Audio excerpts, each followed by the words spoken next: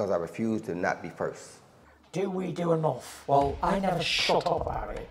It must have been about 16, 17. We nicked their guilt rings. Right, the bouncer's guilt ring. This is no good for me. That's the reality. If you want the honest truth, and I see it every day. Andrew McCART, IFL TV, proudly sponsored by Everlast. I'm with a man, Eddie Hearn. Eddie, let me just scan down on that green Dolce & Gabbana number. And the green Dunks one as well, so you're a suave guy. You know what though, the problem is like, this is the type of stuff I love wearing. I love wearing tracksuits, I love wearing Jordan. But then you realise that you're 43, and it's like, I feel really good wearing it, but then I do realise that if I was in my 20s and I saw a 43-year-old man wearing Air Jordans and Dunk, like I would think, what is he doing?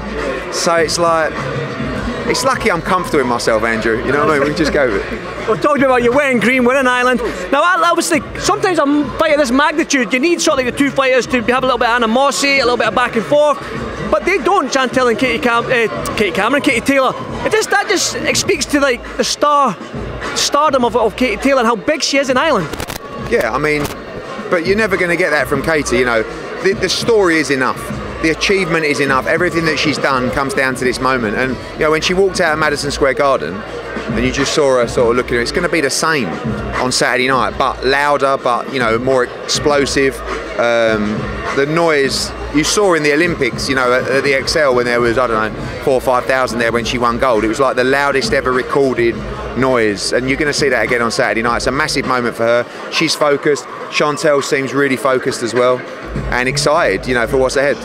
There doesn't seem to be any, both ladies as well, there's no pressure on them. It seems like they're just cool, calm and collected. They don't feel any pressure, it seems. So for you though, as a promoter, you obviously want that Croke Park.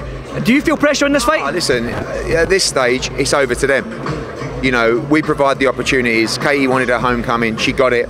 Chantel wanted the opportunity at greatness, she got it. Made a best woman win. And it is a 50-50 fight. You know, I think both fighters in the prime, both fighters had tremendous camps, both fighters very confident. How will the night affect them? We'll find out tomorrow night, but I think you're just going to get the very best of both of them. Are you kicking yourself you not came to Dublin earlier, or is this the right time because it's been so long in the build-up? We could have come for the debut, we could have come for the World Title Challenge, we could have come for the unification, we could have come for Undisputed, but we're here now. And it kind of makes it a little bit bigger to the fact that, you know, like, it would have been big for the debut, but the weight and the anticipation of the return is upon us, and that's why you're going to see an unbelievable atmosphere tomorrow. And you know, it's about to start the weigh-in, so Tyson Fury's back on Instagram.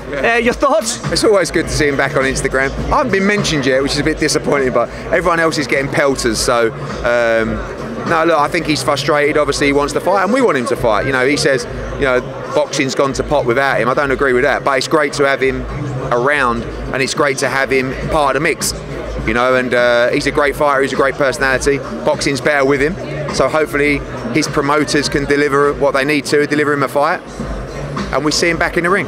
I'm glad you said that about promoters giving him the fight, because he's talking maybe a small dig at Bob Arum, saying, listen, get me the fight that you were due me, or give me my contract back. Did you see that post? Yeah, I mean, you know, it's never good to receive that kind of message from your fighter, especially publicly, but he's trying to get things going. You know, that's what he does.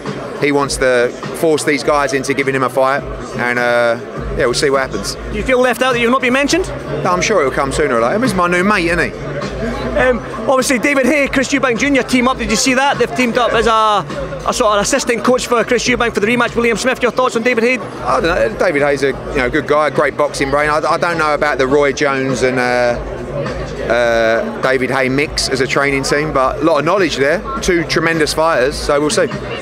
One final one, talking about the card, and you mentioned a little bit, you mentioned Kevin Ajago, you've mentioned Gary Cully obviously, but there's the JJ Metcalf fight that people, and Hogan, that's a great fight as well. You've obviously got the big heavyweight fight, the two personalities there as well is going to make a great fight, so the whole card itself is one to watch. The card's unbelievable, brilliant card from top to bottom, and there are so many good fights, and there are a lot of fights that could have headlined their own card, you know, but the main event's the main event, but beneath it you've got an unbelievable night of boxing. You're not going to do the 5K tomorrow, Eddie? You sure? Yeah, the calf's playing up a little bit. Is that really playing up? It's a real thing, but luckily Conor McGregor with his sponsorship of Tidal has been keeping me good, so we'll see what happens. And I've got to say, that's my wife over there, so she's a big fan of yours, so just give her a little wave. But listen, looking forward to the weigh-in and big fight night tomorrow night, so as always, thank you so much, Eddie. Thank you, mate. Cheers, mate. Thank you.